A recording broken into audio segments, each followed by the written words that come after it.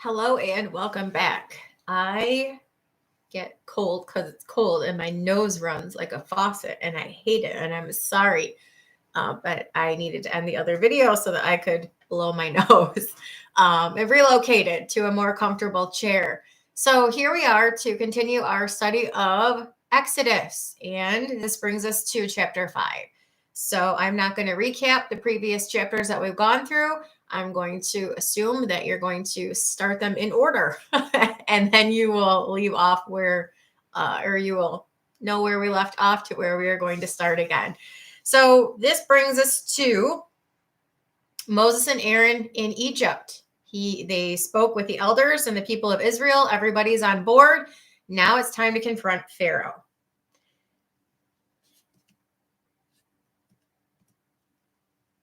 Afterward, Moses and Aaron went in and told Pharaoh, "Thus saith the Lord God of Israel, let my people go." Hi, Megan. Happy New Year. That they may hold a feast unto me in the wilderness. So remember, when the Lord previewed this, what Moses should say to the Pharaoh, he said, tell them this. Tell him to let people go for 3 days so that they could go into the wilderness and offer a sacrifice to the Lord. But then the Lord said, he's not going to let you. And then we're going to kind of make an example of him. But they were only asking for 3 days to start out with. Pharaoh said, who is the Lord that I should obey his voice to let Israel go? I know not the Lord, neither will I let Israel go. Well, that's not going to work out in your favor. They said, the God of the Hebrews hath met with us. Let us go, we pray thee, 3 days' journey into the desert, and sacrifice unto the Lord our God, lest he fall upon us with pestilence or with the sword. The king of Egypt said unto them, wherefore do ye, Moses and Aaron, let the people from thy works? Get you unto your burdens. He's like, why would I let the people go from their work? Doesn't sound like a good bargain to me.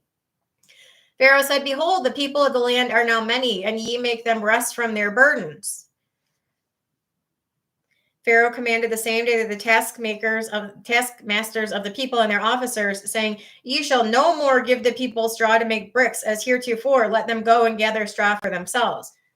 So not only was he not prepared to let them go because they wouldn't be working, so he would lose out somehow.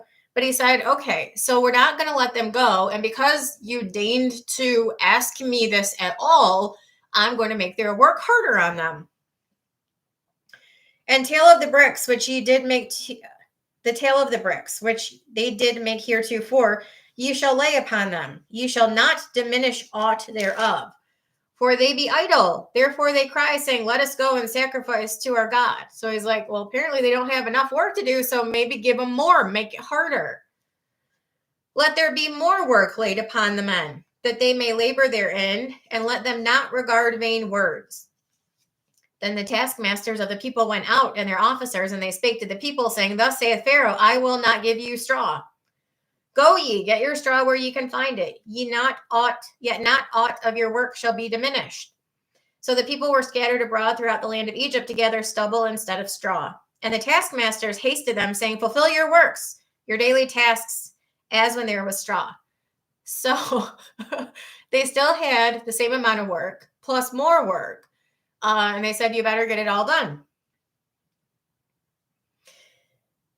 And the officers of the children of Israel, which Pharaoh's taskmasters had set over them, were beaten and demanded, wherefore have ye not fulfilled your task in making brick both yesterday and today as heretofore?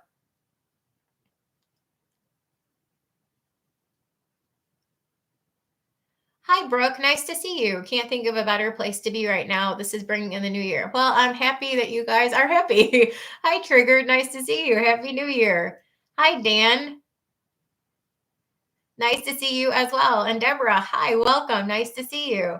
She says, Happy New Year's, brothers and sisters. So nice to spend time with you and enjoy the wonderful teaching from our gracious host. Well, I'm glad that you guys are here, and I hope you enjoy.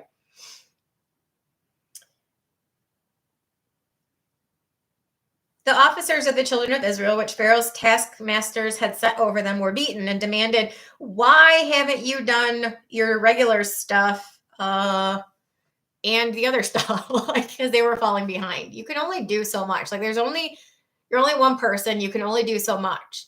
So if you have to go somewhere else and do that thing, then of course you're not going to be able to be in two places at once. Like, this is hello, whatever. Then the officers of the children of Israel came and cried unto Pharaoh, saying, Wherefore dealest thou thus with thy servants? Like, what gives, man? There is no straw given unto thy servants. And they say, Make brick. And behold, thy servants are beaten, and the fault is in thine own people. But he said, Ye are idle, ye go idle. Therefore ye say, Let us go and do sacrifice to the Lord. So he said, Apparently you didn't have enough to do. I gave you more. Now you're complaining?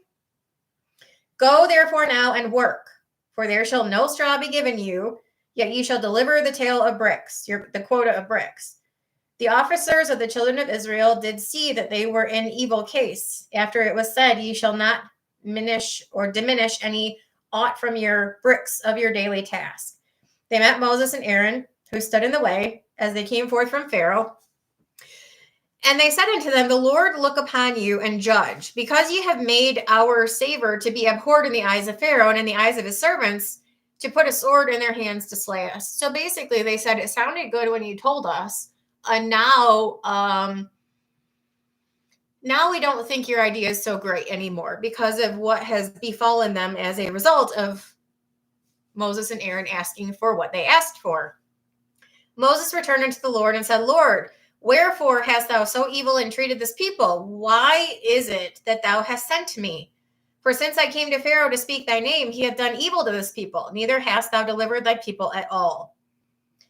Faith, people, faith. Need faith. Faith. Faith. Chapter 6. Then the Lord said unto Moses, Now shalt thou see what I will do to Pharaoh. For with a strong hand shall he let them go, and with a strong hand shall he drive them out of this land. So it's kind of funny. It's like, not even is he going to let him go, he's going to drive them out. He's going to make them want to go so badly that he forces them to be gone. God spake unto Moses and said unto him, I am the Lord.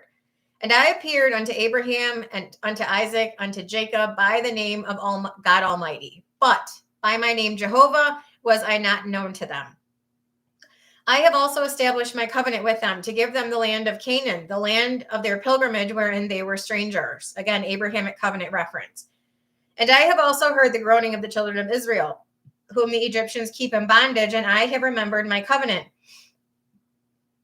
Wherefore, say unto the children of Israel, I am the Lord, and I will bring you out from under the burdens of the Egyptians, and I will rid you out of their bondage, and I will redeem you with a stretched out arm and with great judgments. Stretched out arm. Redeem them with the stretched out arm. Remember that the arm of the Lord, the right arm, the hand, the right hand, those are all references to Jesus Christ. They are Old Testament references to Jesus Christ, because it is the right hand of God where the power of God is contained. And Jesus is the right arm of God. We talked about this in our Revelation 5 study, because it's in the right arm of the right hand of him that sat on the throne, a little book open, sealed with, or unopened, sealed with 7 seals. Jesus is the right arm. He is not seated at the right hand of God. He is the right hand of God. That is an Old Testament reference to Jesus the Christ. So, I will redeem you with a stretched out arm. Jesus in the Old Testament is going to redeem them. And with great judgments. And I say Jesus will save them physically, bodily. Because then we're going to see in, I think it's chapter 16, that he is the pillar of cloud that leads them by day and the pillar of fire by night. Which is why in Revelation 10, he's described, the mighty angel comes down clothed with a cloud, because he is the Old Testament's angel of the Lord who led them as a pillar of cloud out of Egypt in the wilderness. So that's why I said this. There are many references in the book of Revelation to the book of Exodus. So it's just interesting. But anyway, Jesus is going to lead him out of Egypt. The stretched out arm, and with great judgments. And I will take you to me for a people, and I will be to you a God. This is going to be repeated in Exodus 19. And ye shall know that I am the Lord your God, which bringeth you out from under the burden of the Egyptians. And I will bring you into the land concerning that which I did swear to give it to Abraham, to Isaac, and to Jacob, and I will give it to you for an heritage. I am the Lord. Yes, and that happens in Joshua 4:19. Moses spake so unto the children of Israel, but they hearkened not unto Moses for anguish of spirit and for cruel bondage. Yeah, because words, right? Words without action, words without demonstrable action are just words, right? They'd already listened and they've already trusted one time, and then they were dealt with horribly as a result of that. So they're like, oh, yeah, you promised more words, but what do we have to, like, what's our reference point now? Cruel actions on the part of this Pharaoh and the Egyptians. So we don't want to hear your words. It's kind of where they're at. The Lord spake unto Moses, saying, go in, speak unto Pharaoh, king of Egypt, that he let the children of Israel go out of his land. And Moses spake before the Lord, saying, behold, the children of Israel have not hearkened unto me. How then shall Pharaoh hear me, who am of uncircumcised lips? So he's like, the children of Israel aren't even listening anymore. And they would have a vested interest in listening. Why would the guy who doesn't have a vested interest in listening listen? I basically is what he's saying. And the Lord spake unto Moses and unto Aaron, and gave them a charge unto the children of Israel and unto Pharaoh, king of Egypt, to bring the children of Israel out of the land of Egypt. These be the heads of their fathers' houses. The son of Reuben, the firstborn of Israel. Okay, so I am not going to be able to pronounce these names at all. So I'm going to paraphrase these next several verses because I can't pronounce these names. So these be the heads of their fathers' houses. The son of Reuben, the firstborn of Israel. The sons of Simeon. These are the names of the sons of Levi according to their generations. The sons of Gershon, the sons of Kohath. He's talking about the sons of Levi. And Amram took him Jochebed, his father's sister, to wife, and she bare him Aaron and Moses. The years of the life of Amram were 137. So continuing on, then it talks about Aaron. Aaron took to him a wife, and she bare Nadab, Abihu, Eleazar, and Ithamar. Nadab and Abihu died before the Lord for offering strange fire in Leviticus 10. And Eleazar and Ithamar were the sons of Aaron who David divided the priesthood according to. Remember the number 24? There were 16 of the chief sons of Eleazar, 8 of Eleazar, 16 of Ithamar, but the 24 is the sons of Aaron according to those. So it will come that Nadab and Abihu die because they went into the Holy of Holies and made an incense offering outside of the Day of Atonement, and they died. And then the other two are the priests who David did the 24 according to in 1 Chronicles 24, if you guys are familiar with that. But that is basically where the reference in Revelation 4's 24 elders comes from, is 1 Chronicles 24, the division of the sons of Aaron according to the priesthood, according to Eleazar and Ithamar.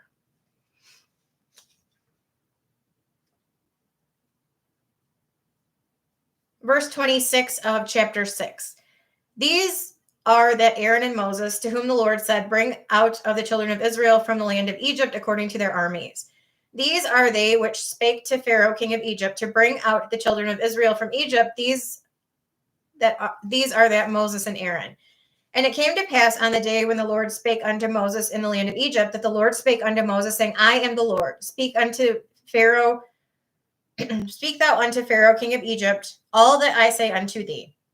And Moses said before the Lord, behold, I am of uncircumcised lips. How shall Pharaoh hearken unto me? Chapter 7. The Lord said unto Moses, see, I have made thee a god to Pharaoh, and Aaron thy brother shall be thy prophet. Thou shalt speak as a little g God, not a big G God, a little g God. Thou shalt speak all that I command thee. And Aaron thy brother shall speak unto Pharaoh, that he send the children of Israel out of his land. Now, this is why I talked about in the first video, where it talks about in the days of the bondage of Israel, there came a dynasty that wasn't familiar to Israel, that wasn't friendly to Israel, that they hadn't witnessed before. So basically, why I mentioned at the beginning of the previous video why this is a reference to like the gods of Egypt, the hybrid offspring, the hybrid rulers, with the elongated skulls and all of that. If you guys follow any of the kind of like mythology or the ancient Egypt, you know that there were hybrid offspring ruling Egypt. Hopefully you know that. This is where we begin to understand when he said, I've made you a god, because it's basically the designation of capital G God, which is little g God, like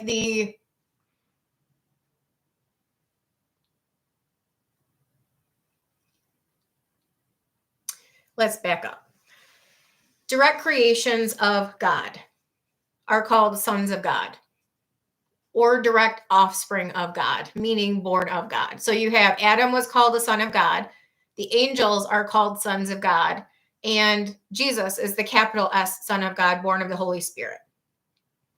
So basically, the whole Genesis 6 story and there were giants in the earth in those days, and also after the sons of God, the angels, had relationships with women that they should not have, and they bore giants. Basically, what you're talking about, the giants or the Nephilim, are the hybrid offspring of the angels and human women. That's what you're looking at here in Exodus, is the hybrid offspring of those relationships, maybe down a few generations, whatever, but they're hybrid offspring of those relationships that should not have happened, because there were giants in the earth in those days and also after. So what you have here in God designating Moses as a god and Aaron as his prophet is it saying, I'm going to designate my strength against your strength, and he's going to bring the gods of Egypt low, is basically what that's setting the stage for. So this is why he's using that language. Thou shalt. The Lord said unto Moses, see, I have made thee a god to Pharaoh. Because the gods of Egypt, he rose up someone for his purpose who's greater than the gods of Egypt. The gods of Egypt bring the hybrid offspring, the Nephilim. Hopefully you guys understand where I'm going with that. Thou shalt speak all that I command thee, and Aaron thy brother shall speak unto Pharaoh, that he send the children of Israel out of his land. This is why when it says that God's going to harden his heart, because he's dealing with someone who isn't even human to begin with. He's dealing with a Nephilim, a hybrid offspring who's beyond redemption. This Pharaoh couldn't have like fallen on his knees and said, oh, I believe in you, like a Nebuchadnezzar, because Nebuchadnezzar was a human who had the ability to be redeemed. This dude doesn't. So God says, I'm going to harden his heart. Yeah, because he can't be saved anyway. So it's not like God's taking away his ability to be saved by hardening his heart artificially and, taking away his redemption plan. He doesn't have one because he's not a human. That's kind of the whole crux of this story here, is that God is going to demonstrate that he is infinitely greater than these little g gods who are ruling Egypt. And he's going to designate his little g god, Moses, to do it, to show them up. So he says, I will harden Pharaoh's heart and multiply my signs and my wonders in the land of Egypt. But Pharaoh will not hearken unto you, that I may lay my hand upon Egypt and bring forth mine armies and my people, the children of Israel, out of the land of Egypt by great judgments. And the Egyptians shall know that I am the Lord, when I shall stretch forth mine hand upon Egypt and bring out the children of Israel from among them. Moses and Aaron did as the Lord commanded them, so did they. Moses was 80 years old, and Aaron was 83 years old when they spake unto Pharaoh. And the Lord spake unto Moses and unto Aaron, saying, when Pharaoh shall speak unto you, saying, show a miracle for you, then thou shalt say unto Aaron, take thy rod and cast it before Pharaoh, and it shall become a serpent. And Moses and Aaron went in unto the Pharaoh, and they did so as the Lord had commanded. And Aaron cast down his rod before Pharaoh and before his servants, and it became a serpent. But Pharaoh also called the wise men and the sorcerers, now the magicians of Egypt. They also did in like manner with their enchantments. For they cast down every man his rod, and they became serpents. But Aaron's rod swallowed up their rods. So my serpent's better than your serpents. He hardened Pharaoh's heart, and he hearkened not unto them, as the Lord had said. And the Lord said unto Moses, Pharaoh's heart is hardened, he refuseth to let the people go. Get thee unto Pharaoh in the morning, lo, he goeth out unto the water, and thou shalt stand by the river's brink against he come, and the rod which was turned to a serpent shalt thou take in thine hand. And thou shalt say unto him, the Lord God of the Hebrews has sent me unto thee, saying, let my people go, that they may serve me in the wilderness. And behold, hitherto thou wouldest not hear. Thus saith the Lord, in this thou shalt know that I am the Lord. Behold, I will smite with the rod that is in mine hand upon the waters which are in the river, and they shall be turned to blood. And the fish that is in the river shall die, and the river shall stink, and the Egyptians shall loathe to drink the water of the river. So interestingly enough, this is one of the things that will be repeated in the 70th week. The trumpet judgments, 1/3 of the seawater will become blood, and 1/3 of the fresh water will become blood in separate judgments. In the vial judgments, or the bowl judgments, all of the fresh water will become blood, all of the seawater that will become blood, and all of the life that was in the sea will die. So there will be replication of certain of these plagues in the 70th week. This is, if you guys caught the video that I did, like the few-minute video talking about, and this was like earlier tonight, I did this talking about the gentleman that emailed me talking about the 70th week and the fact that it's a reinstituted Mosaic covenant and is evidenced by the fact that the curses of the law are poured upon people for not believing in Jesus. It's basically those who reject the new covenant and stay behind because they don't believe in Jesus, which is why they're rejecting the new covenant, because they don't believe in Jesus. And the curses of the law are going to be poured upon them. The curses of the law similar to what were poured upon the Pharaoh in Egypt, which are the plagues. So they're similar in nature to help people understand that the covenant of the 70th week is a reinstituted Mosaic law, and it will bring upon it all the curses that people would have incurred for not following in the Old Testament, but now they're going to incur in the 70th week for following, because it serves as a rejection of the actual covenant that they should be a part of, which is the new, for believing in Jesus. So there is going to be a striking similarity between the plagues and the 70th week judgments, because it's the curses of the law poured upon people who return to the old covenant when they should not have, because it serves as a rejection of Jesus and his final sacrifice for sin. So I will, as soon as I'm done with this chapter, I will go back to chat. Moses, the Lord spake unto Moses, say to Aaron, take thy rod and stretch out thine hand upon the waters of Egypt, upon their streams, upon their rivers, upon their ponds, and upon all the pools of water, that they may become blood. And that there may be blood throughout all the land of Egypt, both in vessels of wood and in vessels of stone. Moses and Aaron did so, and the Lord, as the Lord commanded, and he lifted up the rod and smote the waters that were in the river. So it's talking about salt water and fresh water. In the sight of Pharaoh and in the sight of his servants, and all the waters that were in the river were turned to blood. And actually, I'm not sure if the river was salt water or fresh water, but it's talking about more than likely a reference to fresh water, because people are taking water out of the river in order to drink it, and they can't because it's blood. And the fish that was in the river died, and the river stank, and the Egyptians could not drink of the water of the river, and there was blood throughout all the land of Egypt. And the magicians of Egypt did so with their enchantments, and Pharaoh's heart was hardened, neither did he hearken unto them, as the Lord had said. And Pharaoh turned and went into his house, neither did he set his heart to this also. And all the Egyptians digged round about the river for water to drink, and they could not drink of the water of the river. And 7 days, another reference to 7, were fulfilled after that the Lord had smitten the river. So that essentially means they would have died. Because how long can you go without fresh water? Only 3 days, right? So this means that there would have been death in the land, because people wouldn't have had fresh water to drink, and they would have died as a result. So again, the numbers that are very important to the book of Exodus: 7, 70, and 40.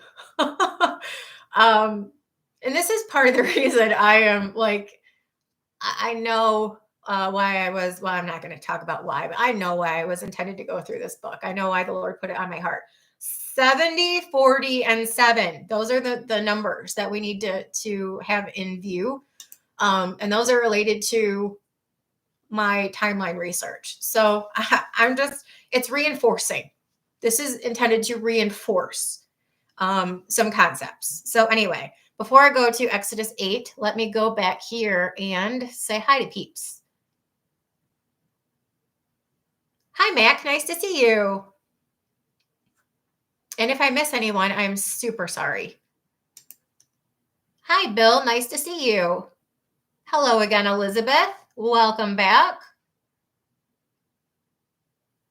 Rick says, looking forward to the great exodus of 2025. Let my people go. Too funny. Hi, Megan. Welcome. Nice to see you. Are you new?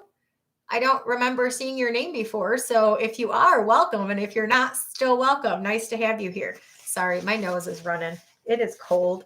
I hate winter. I'm not a fan. I don't hate winter because I'm alive. So every day I wake up alive is a better one than if I didn't. But I hate being cold. Megan says, I've been following you for a few weeks, so fairly new. Well, welcome. We are super happy to have you here from Springfield, Missouri. Welcome. All right, on to chapter 8. The Lord spake unto Moses, go unto Pharaoh and say unto him, thus saith the Lord, let my people go, that they may serve me. So we're what, 2 plagues down now? 1 plague? 2. No, 2 miracles. 1 plague. Anyway, if thou refuse to let them go, behold, I will smite all thy borders with frogs. So we move from blood in the water to frogs. Nice. And the river shall bring forth frogs abundantly, which shall go up and come into thine house, and go into thy bedchamber, and upon thy bed, and into the house of thy servant, and upon thy people, and into thine ovens, and into the kneading troughs. And the frogs shall come up both on thee, and upon the people, and upon all thy servants. Gross. Interesting that frogs are mentioned in the vial judgments. The spirits like frogs coming out of the mouth of the beast, the dragon, and the false prophet, to go forth to the kings of the east to gather them to the battle of the great day of God Almighty. So they're mentioned in Revelation also. Different aspect, very different aspect, but they're still mentioned nevertheless. Aaron stretched out his hand over the waters of Egypt, and the frogs came up and covered the land of Egypt. And the magicians did so with their enchantments and brought up frogs upon the land of Egypt. Then Pharaoh called for Moses and Aaron and said, entreat the Lord, that he may take away the frogs from me and from my people, and I will let the people go, and they may do sacrifice unto the Lord. Moses said unto Pharaoh, glory over me, when shall I entreat for thee and for thy servants and for thy people to destroy the frogs from thee and thy houses, that they may remain in the river only? And he said, tomorrow. And he said, be according to thy word, that thou mayest know that there is none like unto the Lord our God. And the frogs shall depart from thee and from thy houses and from the servants, from thy people. They shall remain in the river only. And Moses and Aaron went out from Pharaoh, and Moses cried unto the Lord because of the frogs which he had brought against the Pharaoh. And the Lord did according to the word of Moses, and the frogs died out of the houses, out of the villages, and out of the fields. And they gathered them together upon heaps, and the land stank. Yeah, I imagine it did. But when Pharaoh saw that there was respite, he hardened his heart and hearkened not unto them as the Lord had said. Because when you're in trial, it's easy to plead for mercy, but then when reprieve is given, you're kind of like, oh, well, I don't need your reprieve anymore. Okay, see how that's going to work. The Lord said unto Moses, say unto Aaron, stretch out thy rod and smite the dust of the land, that it might become lice throughout all the land of Egypt. And they did so, for Aaron stretched out his hand with the rod and smote the dust of the earth, and it became lice in man and in beast. All the dust of the land became lice throughout all the land of Egypt. The magicians did so with their enchantments to bring forth lice, but they could not. So there were lice upon man and upon beast. You know, it's kind of funny, like, I'm thinking of this and I'm thinking, well, it's great that the sorcerers and the magicians could do the same thing, but wouldn't you want them to get rid of it? Like, not replicate it, but just get rid of it. Like, wouldn't that be a greater thing to demonstrate, oh, you did it, but I can get rid of it? I mean, I'm just thinking it from like a logical perspective is if you're in, don't have them create more frogs, have them get rid of the frogs that Moses created. That would be good. It's like, oh, I can do the same. Well, that's nice, but that doesn't really solve the problem, does it? So anyway, just kind of interesting. But the magicians could not bring forth lice, so they remained. Then the magician said unto Pharaoh, this is the finger of God. Smart people. Pharaoh's heart was hardened, and he hearkened not unto them as the Lord had said. The Lord said unto Moses, rise up early in the morning and stand before Pharaoh. Lo, he cometh forth to the water, and say unto them, thus saith the Lord, let my people go, that they may serve me. Else, if thou wilt not let my people go, behold, I will send swarms of flies upon thee, and upon thy servants, and upon thy people, and into the houses of the Egyptians shall be full of swarms of flies, and also the ground whereon they are. And I will sever in that day the land of Goshen, in which my people dwell, that no swarms of flies shall be there, to the end thou mayest know that I am the Lord in the midst of the earth. And I will put a division between my people and thy people. Tomorrow shall this sign be. The Lord did so, and there came a grievous swarm of flies into the house of Pharaoh and into his servants and into all the land of Egypt. The land was corrupted by reason of the swarms of flies. And Pharaoh called for Moses and for Aaron and said, go ye, sacrifice to your God in the land. And Moses said, it is not meet to do so, for we shall sacrifice the abomination of the Egyptians to the Lord our God. Lo, we shall sacrifice the abominations of the Egyptians before their eyes. And will they not stone us? So the request was, let us go into the wilderness to sacrifice to our God. So Pharaoh softened a wee bit and said, do it, but do it in this land. And Moses is saying no, because that's going to be considered an abomination to God, because the gods of Egypt were not the gods of Israel, not the God of Israel.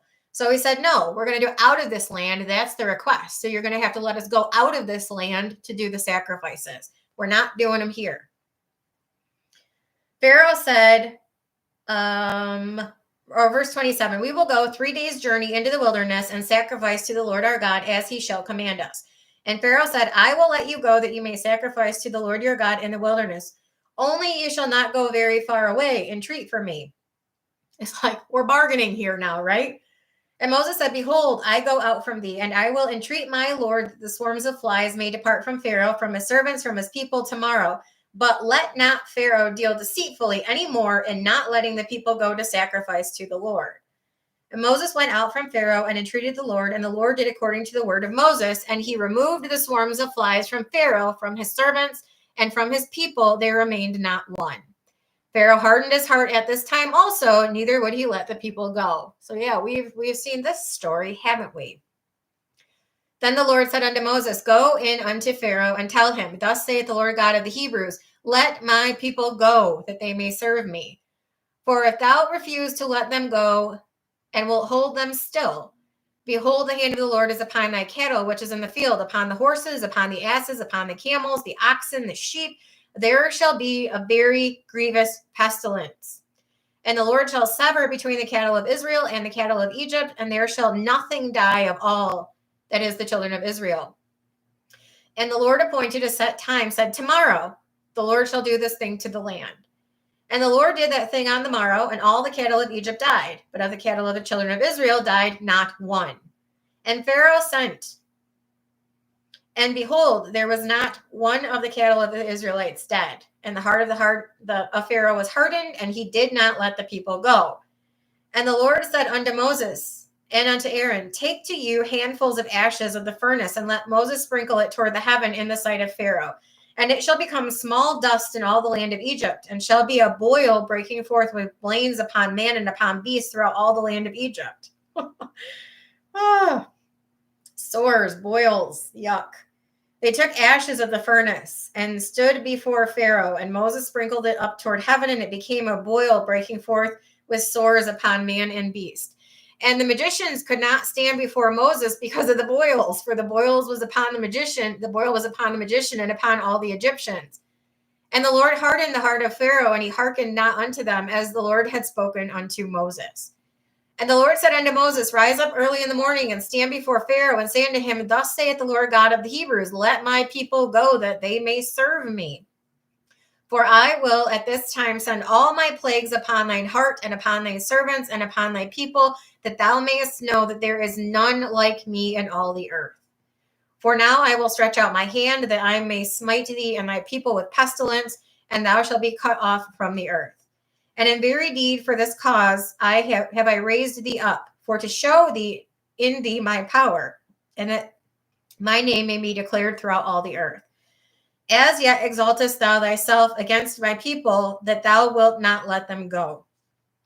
Behold, tomorrow, about this very time, I will cause it to rain a very grievous hail, such as hath not been in Egypt since the foundation thereof, even till now. Then send therefore now, and gather thy cattle, and all that thou hast in the field, for upon every man and beast which shall be found in the field, and shall not be brought home, the hail shall come down upon them, and they shall die. Hail is also used as a judgment in the 70th week. There is in amidst trumpet 7, trying to remember, there's an earthquake without hail. And then there's an earthquake at trumpet 7 with hail. And then at vial 7, there is the greatest earthquake that ever occurred, unparalleled on the earth, and hailstones the weight of a talent fall on man, and they blaspheme God because they can't die. But they have hailstones weighing a talent falling on them. So hail is used as a judgment in the 70th week also.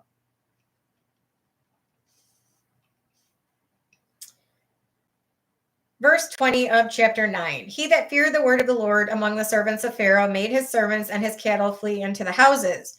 And he that regarded not the word of the Lord left his servants and cattle in the field. And the Lord said to Moses, Stretch forth thine hand unto heaven, toward heaven, that there may be hail in all the land of Egypt, upon man and upon beast and upon every herb of the field throughout the land of Egypt. And Moses stretched forth his rod toward heaven, and the Lord sent thunder and hail, and the fire ran along upon the ground, and the Lord rained hail upon the land of Egypt. So there was hail and fire mingled with hail, very grievous, such as there was none like it in all the land of Egypt since it became a nation.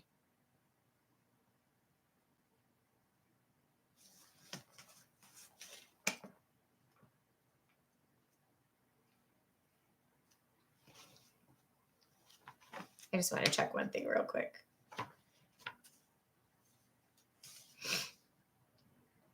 Yeah, trumpet 1 in Revelation 8. The first angel sounded, there was hail and fire mingled with blood. So that's also related to judgment in the 70th week. Hail and fire mingled with blood. Moses stretched forth his rod toward heaven. The Lord sent thunder and hail, and fire ran along the ground, and the Lord rained hail upon the land of Egypt. So there was hail and fire mingled with the hail, very grievous, such as was not like it in the land of Egypt since it became a nation. And the hail smote throughout all the land of Egypt, all that was in the field, both man and beast. And the hail smote every herb of the field, and brake every tree of the field. Only in the land of Goshen, where the children of Israel were, was there no hail. And Pharaoh sent and called for Moses and Aaron, and said unto them, I have sinned this time. Yeah, only this time. The Lord is righteous, and I and my people are wicked. Yes, true statement. Entreat the Lord, for it is enough that there be no more mighty thunderings and hail, and I will let you go, and ye shall stay no longer. And Moses said unto him, As soon as I am gone out of the city, I will spread abroad my hands unto the Lord, and the thunder shall cease, neither shall there be any more hail, that thou mayest know that the earth is the Lord's. But as for thee and thy servants, I know that ye will not yet fear the Lord God. And the flax and the barley was smitten, for the barley was in the ear, and the flax was bold. So this is telling you that you're in the month Nisan, the barley harvest, where it says the barley was in ear. This is a reference to the state of the barley and the declaration of the month Nisan. So for those of you who don't know, the barley references to the barley or to the state of the barley being Abib. And if the barley was Abib or ripe enough for a first fruits offering on the Feast of First Fruits, they would declare the month Nisan with the sighting of the new moon. And if it was not Abib enough to pick for a first fruits offering, they would add that leap year, that leap month Adar 2. So this is telling you that the plagues occurred around the month Nisan based on the state of the barley. The barley was in ear and the flax was bold. I don't know what that means, but whatever. But the wheat and the rye were not smitten, for they were not grown up, because it wasn't time for the wheat harvest. The wheat harvest, the first fruits of the wheat harvest are Pentecost, which is on or around the month Sivan, Sivan 6 specifically. So it's telling you it was the month Nisan, approaching the timing of the Feast of First Fruits, rather than the first fruits of the wheat harvest, which would have been related to Pentecost. So it's giving you a time marker for this. And Moses went out of the city of Pharaoh and spread abroad his hands unto the Lord, and the thunders and hail ceased, and the rain was not poured upon the earth. And when Pharaoh saw that the rain and the hail and the thunderings were ceased, he sinned yet more and hardened his heart, he and his servants. And the heart of Pharaoh was hardened, neither would he let the children of Israel go, as the Lord had spoken by Moses.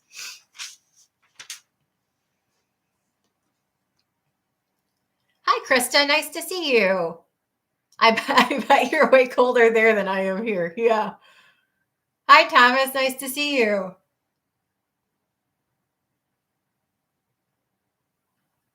Hi, Tara. Nice to see you also.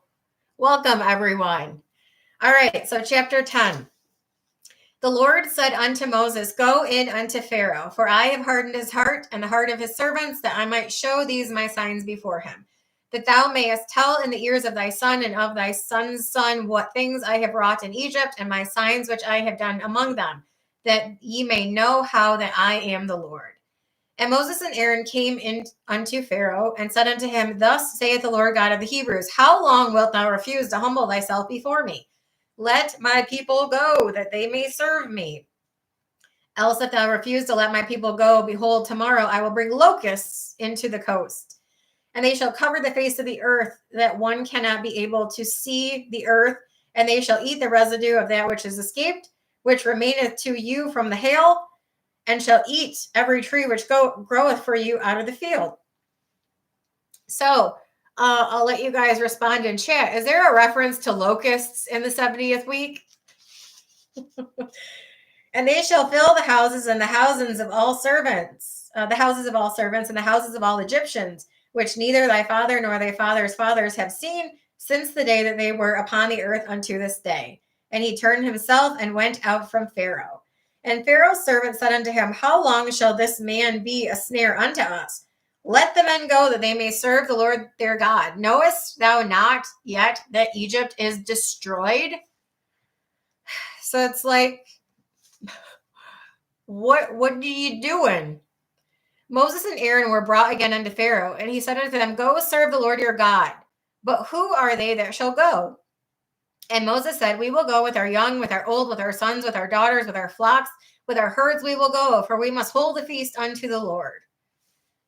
He said unto them, Let the Lord be so with you, as I will let you go, and your little ones. Look to it, for evil is before you. Not so. Go now, ye that are men, and serve the Lord, for that ye did desire. And they were driven out from Pharaoh's presence. And the Lord said unto Moses, Stretch out thine hand over the land of Egypt for the locusts, that they may come up upon the land of Egypt and eat every herb of the land, even all that the hail hath left. So it's cleaning up, like whatever the hail didn't get to, let's let the locusts get to. Moses stretched forth his rod over the land of Egypt. The Lord brought an east wind upon the land all that day and all that night. And when it was morning, the east wind brought the locusts. The locusts went up over the land of Egypt and rested in all the coasts of Egypt. Very grievous were they. Before them there was no such locust as they, neither after them shall be such. For they covered the face of the whole earth, so that the land was darkened. And they did eat every herb of the land and all the fruit of the trees which the hail had left. And there remained not any green thing in the trees or in the herbs of the field through all the land of Egypt. Then Pharaoh called for Moses and Aaron in haste, and he said, I have sinned against the Lord your God and against you. Yeah, do you think? Now therefore forgive, I pray thee, my sin only this once, and entreat the Lord your God that he may take away from me this death only. And he went out from Pharaoh and entreated the Lord. And the Lord turned a mighty strong west wind, which took away the locusts and cast them into the Red Sea. There remained not one locust in all the coast of Egypt. But the Lord hardened Pharaoh's heart, so he would not let the children of Israel go. And the Lord said unto Moses, stretch out thine hand toward heaven, that there may be darkness over the land of Egypt, even darkness which may be felt. Is there darkness in the 70th week? Megan said, yep. I'm guessing that was a reference to the question about locusts. Yes. There is a trumpet 5 locust army that comes out of the bottomless pit, and they are given the instruction not to, they don't eat anything green, and they're given the instruction to torment men for 5 months, and they won't be able to die. The men, not the locusts. The locusts won't be able to die either because they're little demons, and demons can't die. But yes, there is a reference to locusts in the 70th week. It's just that they're not real locusts. They're demon locusts, and they come out of the bottomless pit. Is there a reference to darkness in the 70th week? Indeed, there is. Vial 5, I believe it is, pours out darkness over the seed of the beast kingdom, and men will gnaw their pain because of the pain of the grievous sores that were inflicted on them in vial 1. So the boils, the sores, that's another thing. That will be replicated in the 70th week. The first vial judgment will produce a noisome, grievous sore on the men who take the mark of the beast or worship the image of the beast, worship the beast himself. So as you can see, these are very, very heavily demonstrated again in prophecy. So it's important to pay attention to them in Exodus because they're going to be replicated in a different way, perhaps, and for an altogether different reason, but yet they will be replicated. So darkness. Moses stretched forth his hand toward heaven, and there was a thick darkness in all the land of Egypt 3 days. They saw not one another, neither rose any from his place for 3 days, but all the children of Israel had light in their dwellings. Yep, because the God of Israel was with them. This is absolutely a light versus dark conversation. Remember, God is the Father of lights. Jesus is the light of the world. We are children of the light, children of the light and of the day. We are not of the night nor of darkness. So this is a reference to the God of Israel being with them, who is the Father of lights, giving them light. But those who dwelled in darkness are those who are without the God of Israel, who's also our God under this new covenant. And Pharaoh called unto Moses and said, go ye, serve the Lord. Only let your flocks and your herds be stayed. Let your little ones also go with you. And Moses said, because Pharaoh's still trying to bargain. He's still trying to find a way to not give Moses and Aaron what they're asking for. And it's like, no, you're going to give us exactly what we're telling you we want. How much do you have to endure before you do that? Before you realize we're going to get what we want. Whatever. Moses said, thou must give us also sacrifices and burnt offerings that we may sacrifice unto the Lord our God. So he said, go serve the Lord, only let your flocks and your herds be stayed. But he's like, no, they have to go with us because we have to use them to make the sacrifices and offerings to our God. Our cattle also shall go with us. There shall not be an hoof left behind, for therefore must we take to serve the Lord our God. And we know not with what we must serve the Lord until we come thither. So it's like, we don't know what we need until we're told. We just know that we're going to need it. So we have to take everything. But the Lord hardened Pharaoh's heart, and he would not let them go. Surprise. And Pharaoh said unto him, get thee from me, take heed to thyself, see my face no more, for in that day thou seest my face, thou shalt die. And Moses said, thou hast spoken well, I will see thy face no more again. He's like, sure, I didn't want to look at you to begin with. Chapter 11. The Lord said unto Moses, yet will I bring one plague more upon Pharaoh and upon Egypt. Afterward he will let you go hence. When he shall let you go, he shall surely thrust you out hence altogether. going to force you to go. Speak now in the ears of the people, and let every man borrow of his neighbor and every woman of her neighbor jewels of silver and jewels of gold. And the Lord gave the people favor in the sight of the Egyptians. Moreover, the man Moses was very great in the land of Egypt, in the sight of Pharaoh's servants, and in the sight of the people. And Moses said, Thus saith the Lord, about midnight will I go out into the midst of Egypt. And all the firstborn in the land of Egypt shall die, from the firstborn of Pharaoh that sitteth upon his throne, even unto the firstborn of the maidservant that is behind the mill, and all the firstborn of the beasts. And there shall be a great cry throughout all the land of Egypt, such as there was none like it, nor shall be like it any more. But against any of the children of Israel shall not a dog move his tongue against man or beast, that ye may know how the Lord doth put a difference between the Egyptians and Israel. This is kind of repeated in the New Testament by Peter. The Lord knoweth how to deliver the godly out of temptations and to reserve the unjust unto the day of judgment to be punished. Different context, but the same principle applies. And all these thy servants shall come down unto me and bow down themselves unto me, saying, Get thee out.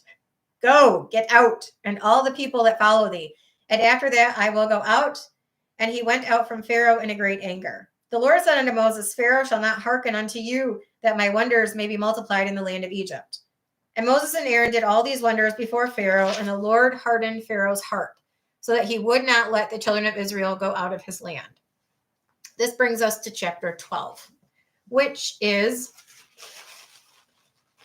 a very, very important chapter. It is the Exodus from Egypt, but it is the changing of the months. Power struggle. Absolutely, David. Yes, power struggle. This is a big one, the fatal blow. Yup. Dan says, Pharaoh being part Nephilim probably played a part in how he responded to God and Moses throughout all the plagues. Yup. Last days Christians. Hi, welcome. Happy old year. Yup. Okay, so I will continue through chapter 12 for this video. And then we will end this video and start in chapter 13 in the next one. Sorry, my nose is running. I'm cold. I hate winter. Anyway. Okay, so Exodus 12.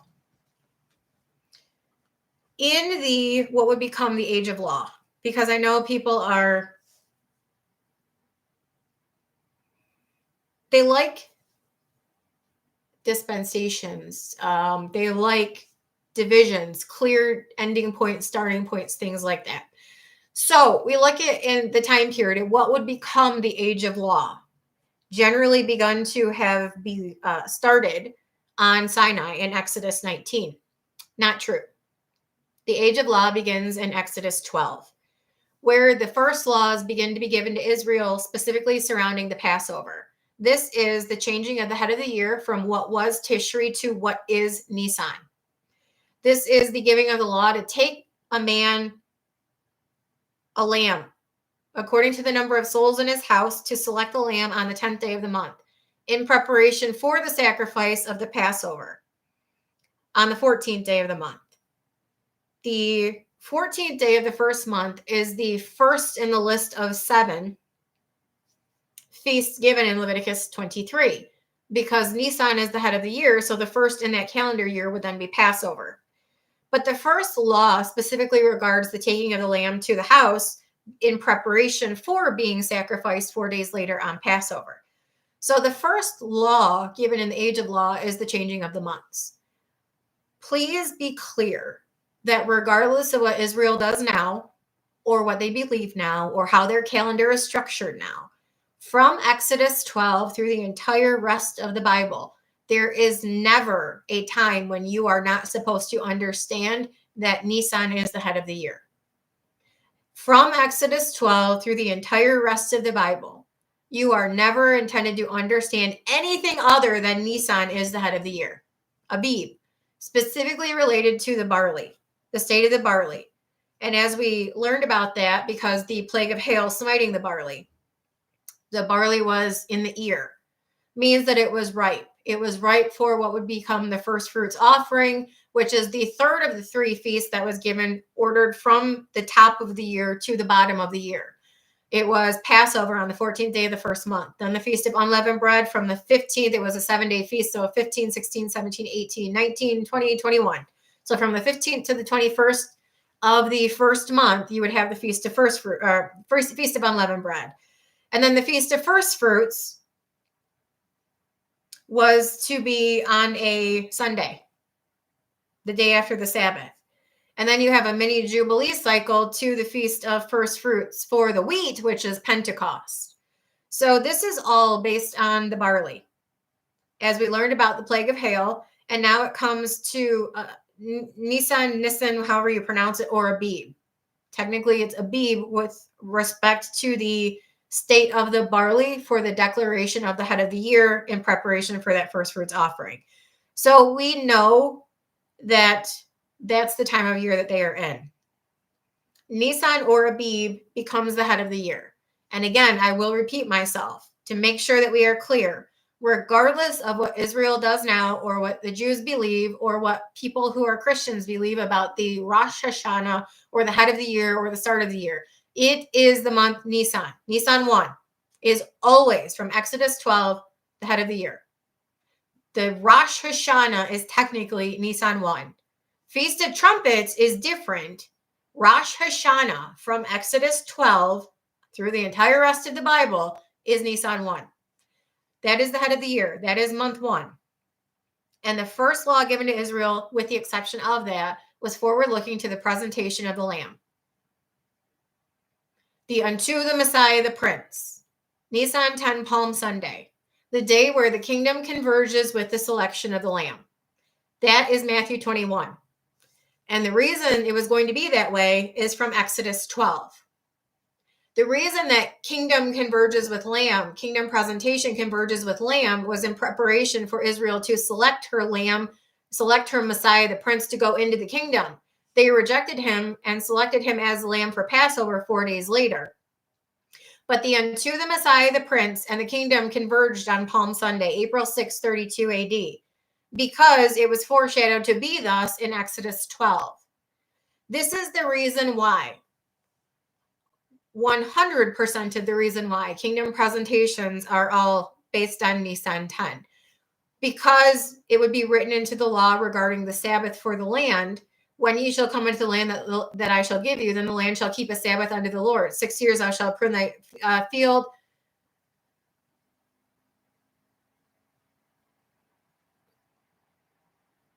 That's not what it says. 6 years thou shalt sow thy field and prune thy vineyard.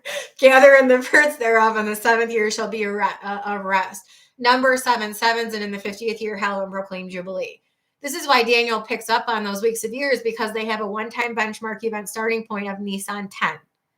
Because the Messiah, the Prince, which was the end of that 69 weeks of years, the unto the Messiah, the Prince, the first earthly kingdom presentation, was going to meet the selection of the Lamb on that day.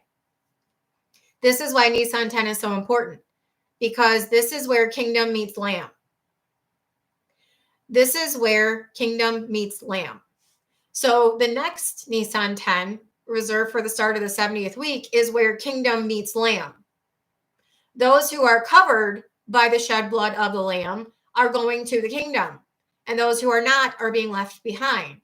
Fast forward to the second earthly kingdom presentation, and those who are covered by the blood of the Lamb are going into the kingdom. Nisan 10 is where kingdom meets Lamb. Are those who are covered by the blood of the Lamb going to go into the kingdom? Yes or no? Those are your only two options. This is why faith forward looking to Christ in the Old Testament, forward looking to the Lamb, Jesus being called the Lamb slain from the foundation of the world, as a reference to the Lamb slain in the garden by God to clothe the sins, clothe the shame of the nakedness, as a representation of understanding they had sinned from Adam and Eve. But make no mistake, Nisan 10 is where kingdom and Lamb converge.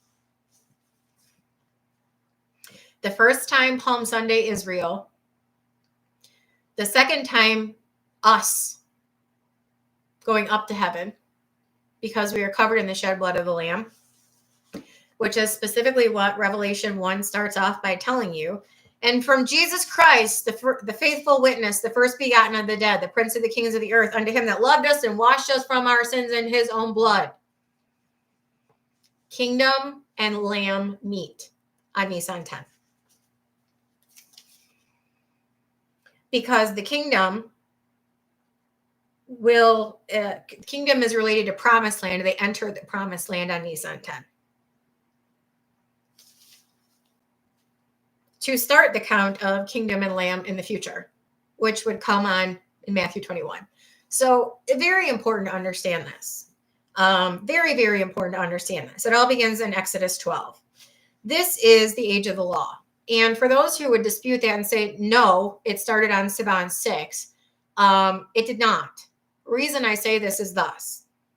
Anytime you have a reference comparing Old Covenant and New Covenant, specifically Jeremiah 31, the contrast is never Sinai versus cross. It's always,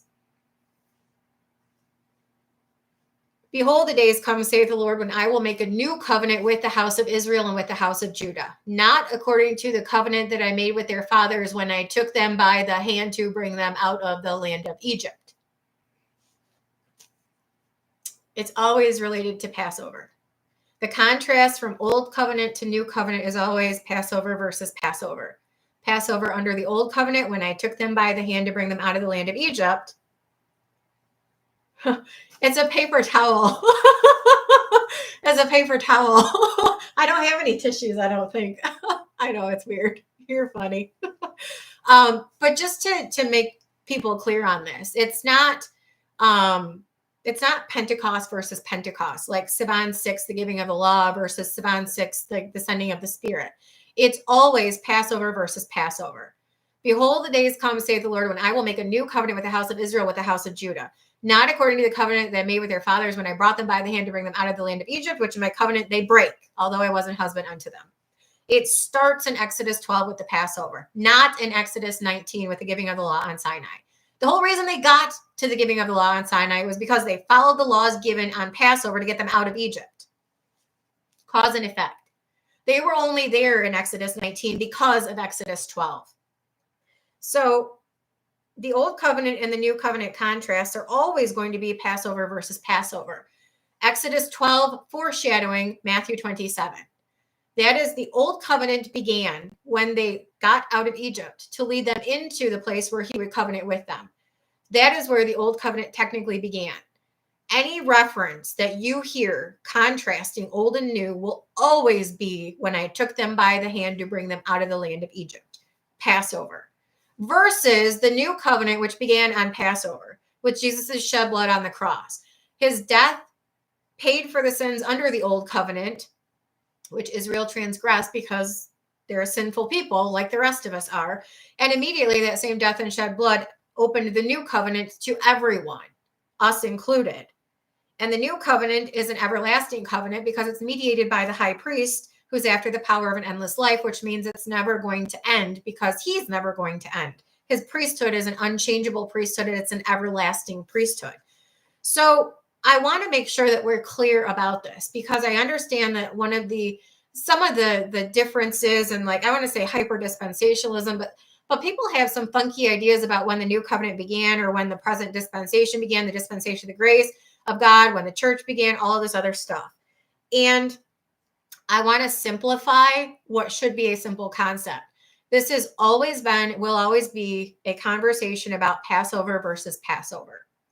Exodus 12, the old covenant law, the first laws given to Israel were the changing of the head of the year to the month Abib or Nisan, respect to the barley, the taking of the lamb to a household per the number of souls in the house, and then 4 days later sacrificing it. And again, I would challenge you, if you disagree with this, please go look it up. Anytime there is a contrast or a comparison made from old to new, it is always with respect to the Passover sacrifice.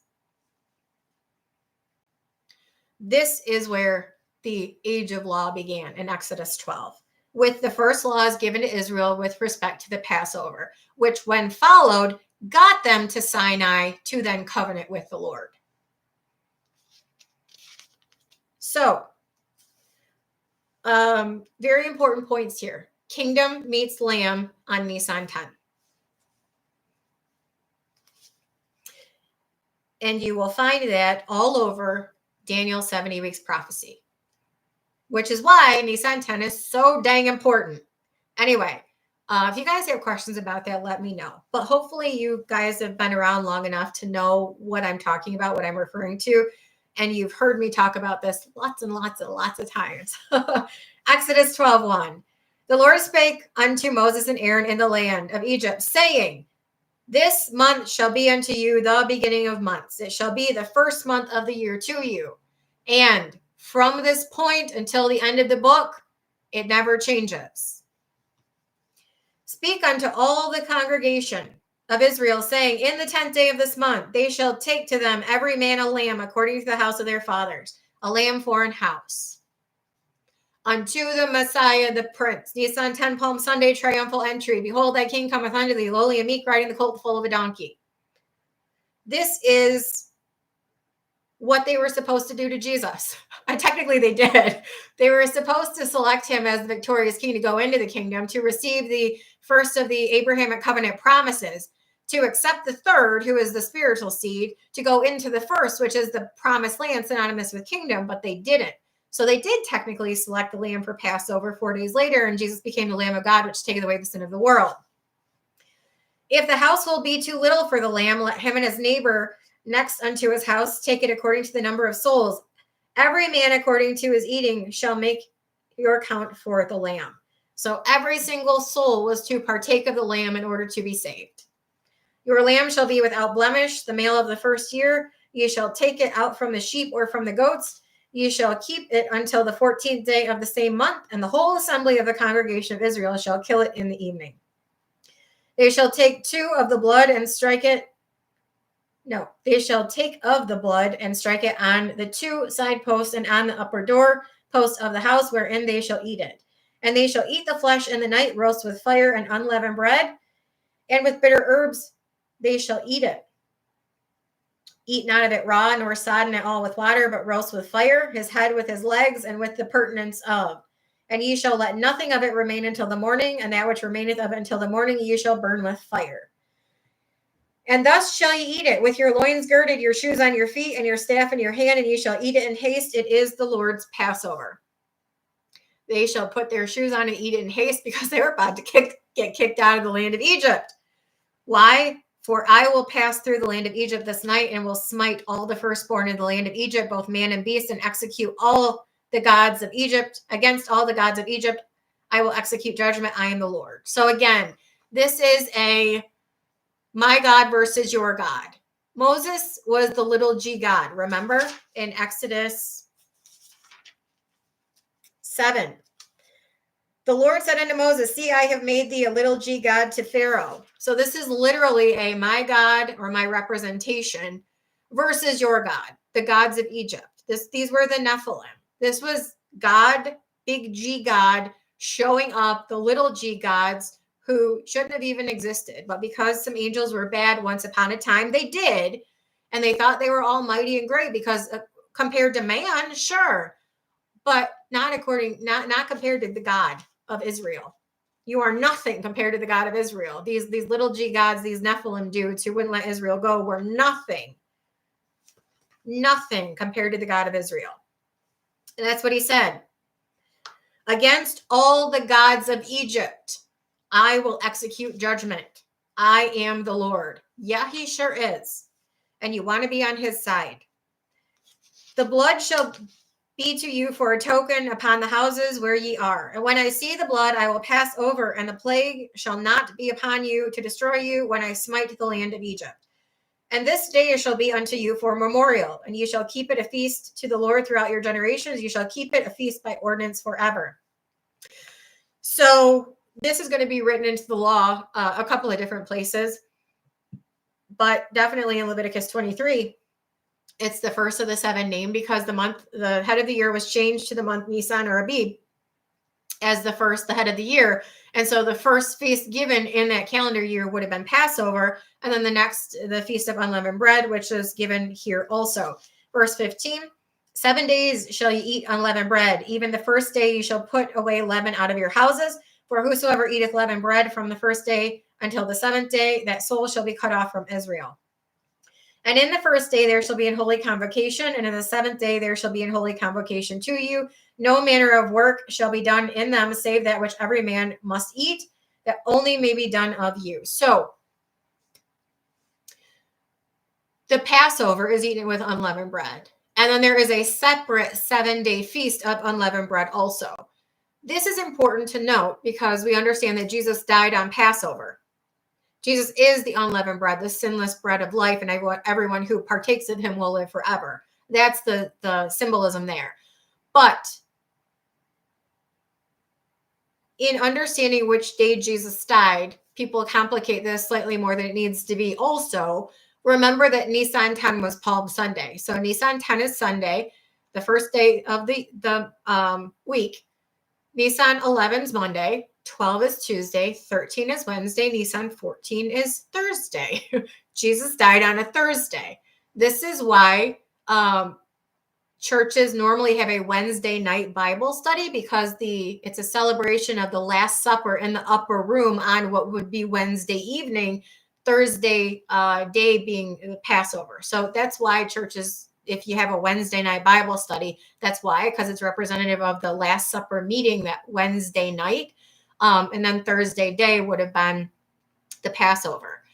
But Jesus was taken off of the cross before 6 p.m. because it says it was leading to the Sabbath, not the weekly Sabbath, the Sabbath that was the first day of unleavened bread, which would have been the day after Passover. So that Friday would have been the Sabbath for the Feast of Unleavened Bread. And then you have the weekly Sabbath on Saturday, and then he rose on Sunday. So in case there's any kind of clarification that needs to be made or a lack of clarity that people have about that, Jesus did not die on a Friday. The Sabbath that they were referring to, they needed to take Jesus off the cross before, was the first day of the Feast of Unleavened Bread. We understand this to be the case because Exodus 12 tells us, as does Leviticus 23, that both the first and the seventh day of the Feast of Unleavened Bread are Sabbaths. The first day there shall be an holy convocation, and the seventh day there shall be an holy convocation to you. No manner of work shall be done in them. So that's why Jesus had to be taken off of the cross before the Sabbath, not the weekly Sabbath, the first day of the Feast of Unleavened Bread. That would have been the Friday. The weekly Sabbath was a Saturday, and he rose on Sunday. So anyway, just kind of clarifying that. In the first month, on the 14th day of the month at even, you shall eat unleavened bread until the 1 and 20th day of the month at even. So yes, there is unleavened bread eaten on Passover. And then there's a 7-day feast, the 15th, 16th, 17th, 18th, 19th, 20th, 21, 7-day feast. So from the 14th to the 21st of the month Nisan, there's unleavened bread. But there's 2 separate feasts in view, Passover and unleavened bread, during which both there is no leavened bread eaten. So anyway, just making sure we're clear on this. 7 days there shall be no leaven found in your houses, for whosoever eateth that which is leavened, even your soul shall be cut off from the congregation of Israel, whether he be a stranger or born in the land. And this is forward looking to Jesus, again, who is the bread of life, the unleavened bread, the sinless bread of heaven, because leaven is akin to sin. So when you're translating this into the New Testament, leaven is representative of sin. So the unleavened bread is the sinless bread of life, who we are told to partake of and live forever. So it basically says if leaven's found in your house, that means that you haven't partaken of the sinless bread of life, the unleavened bread, and you're not going to be heaven bound. You're not going to be kingdom citizens. You shall eat nothing leavened. In all your habitations shall ye eat unleavened bread. Then Moses called for all the elders of Israel and said unto them, draw out and take you a lamb according to your families, and kill the Passover. And ye shall take a bunch of hyssop and dip it in the blood that is in the basin, and strike the lintel on the 2 side posts with the basin that is in the basin. And none of you shall go out at the door of his house until the morning. For the Lord will pass through and smite the Egyptians, and when he seeth the blood upon the lintel and on the two side posts, the Lord will pass over the door, and will not suffer the destroyer to come in unto your houses to smite you. And ye shall observe this thing for an ordinance to thee and thy sons forever. And it shall come to pass, when ye come into the land which the Lord will give you, according that he hath promised, that ye shall keep this service. And to note, there are 3 feasts that will be celebrated in the kingdom by Israel. 1 by all the Gentiles, and 3 by Israel. In the kingdom, Ezekiel 45 talks about this. We know from Zechariah 14 that those who are left of the nations, which means not Israel, but all the other folks left of the nations, shall go to Jerusalem annually to worship the king and to keep the Feast of Tabernacles. So that's all of the nations. So those who are not in Israel will be required to go to Israel annually during the Feast of Tabernacles. And that is a 7-day assembly, the same as it is listed in Leviticus 23. And the Feast of Tabernacles is a celebration of God dwelling among men. But in Israel, they, during the kingdom, will be required to keep 3, tabernacles included. But in the first month, in the 14th day of the month, this is Ezekiel 45:21, ye shall have the Passover, a feast of 7 days, unleavened bread shall be eaten. And then in verse 25, in the 7th month, in the 15th day of the month, shall he do the like in the feast of 7 days, according to the sin offering, etc. So Israel in the kingdom will keep Passover and unleavened bread and tabernacles, and everyone will keep tabernacles.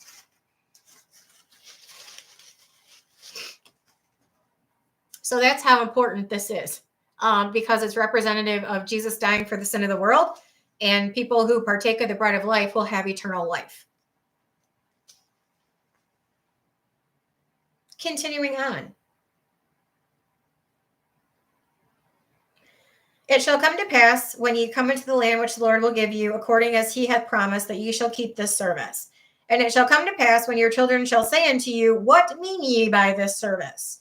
That you shall say, it is the sacrifice of the Lord's Passover, who passed over the houses of the children of Israel in Egypt, when he smote the Egyptians and delivered our houses, and the people bowed the head and worshipped. And the children of Israel went away and did as the Lord had commanded Moses and Aaron, so did they. And it came to pass that at midnight the Lord smote all the firstborn in the land of Egypt, the firstborn of Pharaoh that sat on his throne, unto the firstborn of the captive that was in the dungeon, and all the firstborn of the cattle. And Pharaoh rose up in the night, he and all his servants and all the Egyptians, and there was a great cry in Egypt, for there was not a house where there was not one dead. He called for Moses and Aaron by night and said, rise up and get you forth from among my people, both ye and the children of Israel, and go serve the Lord as ye have said. Take your flocks, your herds, as ye have said, be gone, and bless me also. Oh, still asking for something, still trying to bargain. And the Egyptians were urgent upon the people that they might send them out of the land in haste, for they said, we be all dead men. The people took their dough before it was leavened, their kneading troughs being bound up in their clothes upon their shoulders. The children of Israel did according to the word of Moses, and they borrowed of the Egyptians jewels of silver, jewels of gold, and raiment. And the Lord gave the people favor in the sight of the Egyptians, so that they lent unto them such things as they required. And they plundered the Egyptians. We will see later in this chapter what those things shall be used for. I'm assuming both good and bad. Bad first, but then good. And the children of Israel journeyed from Ramses to Succoth. So this is, again, another reference to Ramses, not the Pharaoh, a city. We talked about this in chapter 1. This is one of the reasons why people get the date of the Exodus so wrong, off by centuries, because they're saying they journeyed from Ramses thinking it's a Pharaoh. And then they would place the Exodus in the time period where the Pharaoh Ramses ruled. No, Ramses is a city, and that is clarified in Exodus 1. So the children of Israel journeyed from Ramses to Succoth, about 600,000 on foot that were men besides children. And a mixed multitude went up also with them, and flocks and herds, even very much cattle. And they baked unleavened cakes of the dough which they brought forth out of Egypt, for it was not leavened, because they were thrust out of Egypt. and could not tarry, neither had they prepared for themselves any victual. Now the sojourning of the children of Israel who dwelt in Egypt was 430 years. And it came to pass at the end of the 430 years, even the selfsame day, it came to pass that all the hosts of the Lord went out of the land of Egypt.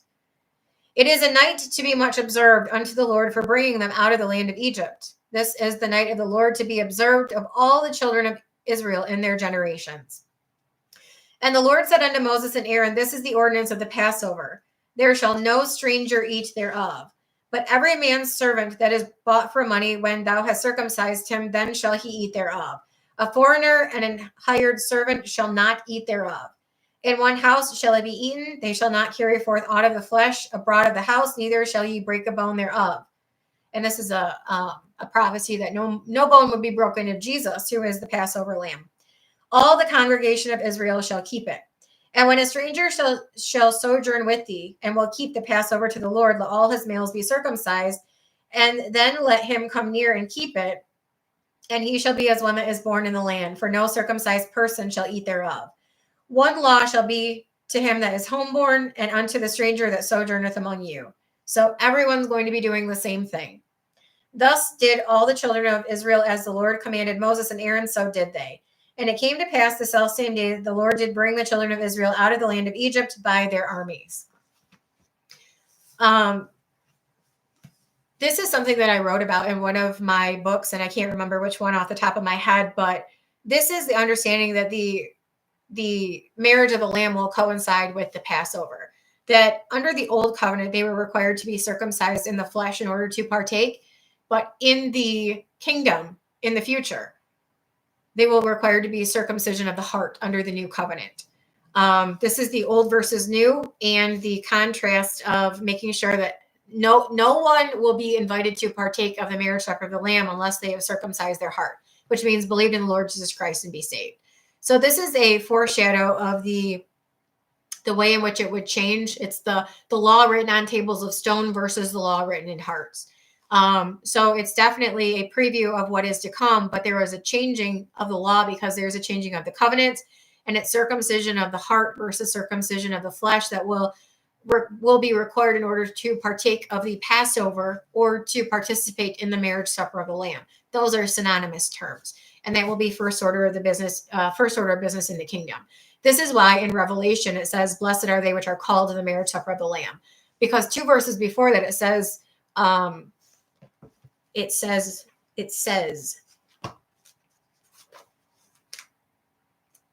the following.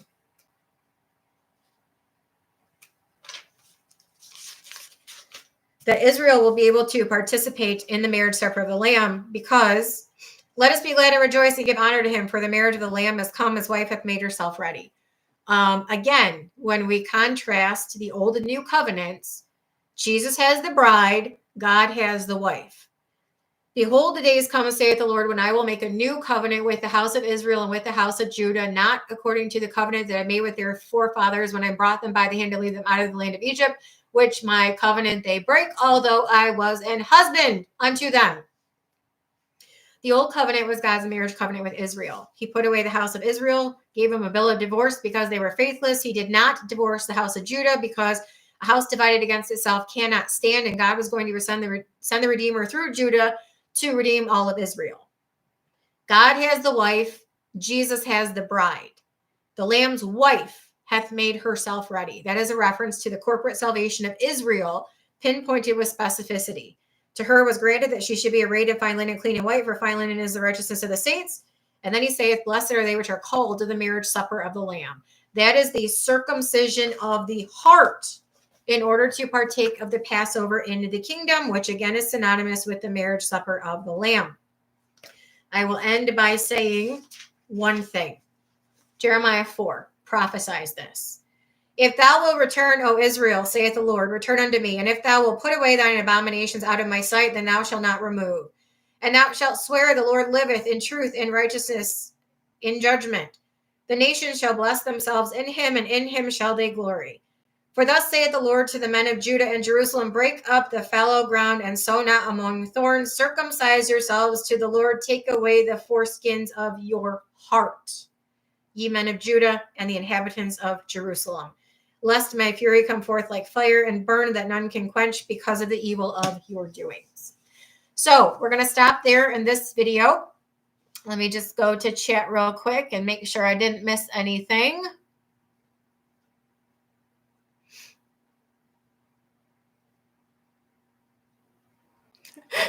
Megan, you're funny. It's not wrapping paper. No, it's just a paper towel because it's the first thing I grabbed because I didn't want to look for something else. That's so funny. Hi, Ken. Nice to see you. Welcome. Thank you. I am healthy. My nose is just running because I'm cold and I don't have socks on. And then so that if I had socks on, I wouldn't be cold, but whatever. Hi, Christy. Nice to see you. Oh, sounded crunchy. Yeah. Hi, Roxanne. Nice to see you. Happy New Year.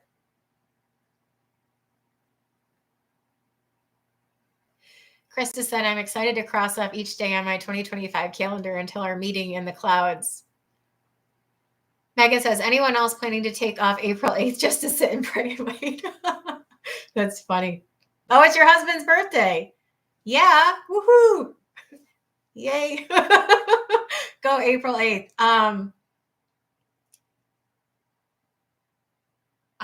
His name is Dennis. Dennis, one of my subscribers, Dennis Duran. He said his birthday is April 8th also. I was like, oh yay. Well, I'll just have a party in heaven. It's funny. Megan, you said you do worry about our babies. I mean, dogs. Yeah. I try not to think about that, but I get it. Yes, Megan, my birthday is April 8th also. That's why I think it's funny. It's God's sense of humor because I always knew, like, so basically what I asked was I want to know everything. And the reason I wanted to study this is because it's legitimately the most important subject matter in the whole entire world. Not just like the timeline of the end times or whatever, but the Bible is literally the most important subject matter in the world. To my way of thinking, if there was something that I was going to invest a significant amount of my life into, I wanted it to be meaningful. And so I wanted to choose something that was the most meaningful thing I could think of. And so God is just, he's got jokes because, I set out to know that I set out to know things. And I knew from the outset that I was going to be able to know, because that was just always, I just knew. And so, trial and error and tweaking and learning and things like that. Like it's been a journey, but that's why I think it's funny that he's like on your birthday, because I asked him to give me something significant and he did. So it's basically like him saying, I put you in this world for this, and I'm gonna make your birthday meaningful. Everybody's birthday is meaningful, but it's just funny. It's kind of funny. It's not because April 8th, somebody emailed me and said, oh, April 8th, because of this, and this, and like was trying to make April 8th significant. I'm like, April 8th is not significant. Nissan 10 is significant. It just so happens that in the year in question or the year in view, potentially, April 8th is aligns with that. But April 8th is not the important thing. Nissan 10 is the important thing. It just so happens that April 8th is Nissan 10 in the year in question. But it's not because it's April 8th. Like, it's just funny. That probably didn't make sense, but it makes sense in my head.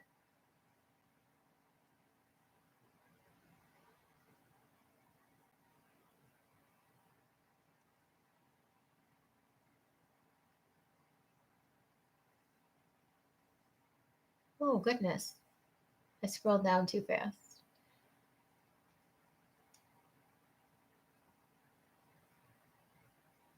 I'm retired too. I'm not. I'm just unemployed. Oh, that's funny. That's funny.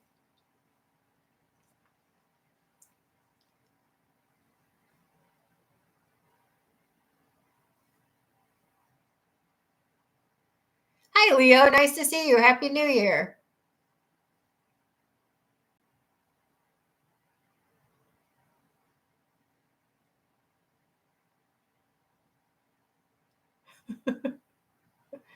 44 is a good number, Rick.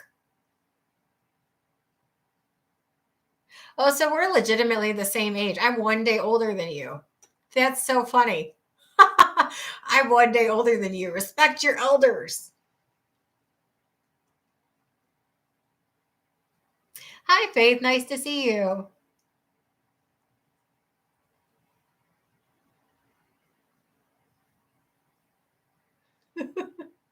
You guys are funny. Okay. So we're going to stop this video here. And when we next resume, we will pick up with chapter 13. So if I don't see you guys again tonight, then have a happy new year. And if I do see you again tonight, still have a happy new year. We'll see you guys later.